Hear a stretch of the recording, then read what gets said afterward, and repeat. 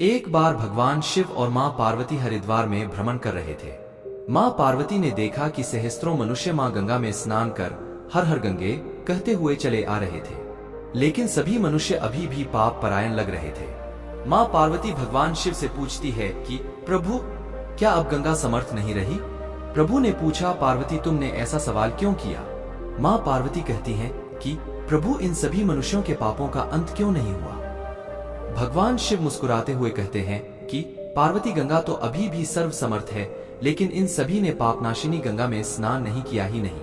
मां पार्वती विस्मित होकर बोली, प्रभु, अभी तो गंगा में स्नान कर इन लोगों के शरीर भी नहीं सूखे और आप कह रहे हैं कि इन्होंने पापनाशिनी गंगा में स्नान नहीं किया।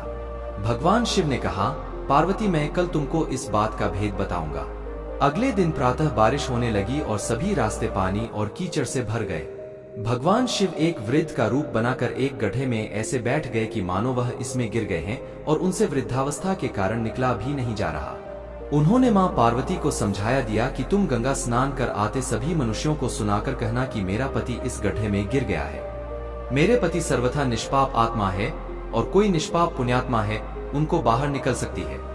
अगर कोई व्यक्ति निष्पाप है तो वही मेरे पति को बाहर निकालने के लिए हाथ लगाए, लेकिन अगर कोई निष्पाप नहीं हुआ तो उसका शरीर जलकर भस्म हो जाएगा। मां पार्वती अब गड्ढे के पास बैठ गई और सभी को सुनाकर कहने लगी। हर कोई सुंदर स्त्री को प्रलाप करते हुए देखकर रुक जाता। एक सुंदर स्त्री को वेदना में देख हर कोई उनकी मदद के लिए तैयार हो जाता, लेकिन जैसे ही वह वृद्ध वेशधारी भगवान शिव को बाहर निकालने के लिए हाथ बढ़ाने लगते, माता पार्वती तुरंत उन्हें टोक देती। वह कहती, मेरे पति सर्वथा निष्पाप आत्मा है और कोई निष्पाप पुण्यात्मा है, उनको बाहर निकल सकती है। अगर तुम निष्पाप हो तो मेरे पति को बाहर निकालने के लिए हाथ बढ़ाना। मैं तुम्हें पहले ही चेतावनी दे देती हूँ कि अगर तुम निष्पाप नहीं हुए तो तुम्हारा शरीर जलकर भस्म हो जाएगा। इतना सुनते ही हाथ आगे बढ़ाने वाले हाथ पीछे कर लेते, क्योंकि उनको लगता था कि हमने जीवन में कभी ना कभी तो पाप किया ही होगा। दूसरे उनके मन में आता है, इस बुढ़े के लिए क्यों अपनी जान जोखिम में डालने। इस तरह सुबह से लेकर संध्या हो गई। हजारों लोग स्नान कर चले गए, लेकिन किसी ने भी वृद्ध को निकालने की हिम्मत नहीं की। शाम के समय एक युवक हाथ में लोटा लिए वहां से गुजरा तो मां पार्वती ने उसको भी अपनी व्यथा सुना दी। जब वह मदद करने के लिए हाथ बढ़ाने लगा तो उसे भी वही बात कही जो अब तक वहां से गुजरे हजारों लोगों को कही थी।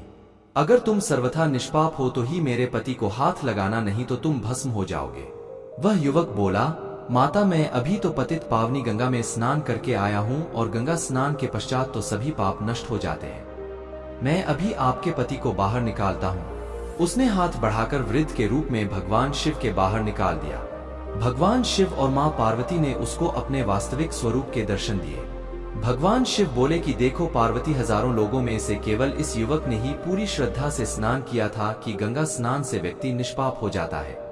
कहने का तात्पर्य यह है कि लोग बिना किसी श्रद्धा और विश्वास के गंगा स्नान करते हैं, इसलिए उनको उसका पूर्ण फल नहीं प्राप्त होता। इसका अर्थ यह कदापि नहीं है कि गंगा स्नान का फल नहीं मिलता, लेकिन गंगा स्नान का वास्तविक फल उसी को मिलता है जो पूर्ण श्रद्धा भावना से स्नान करता है।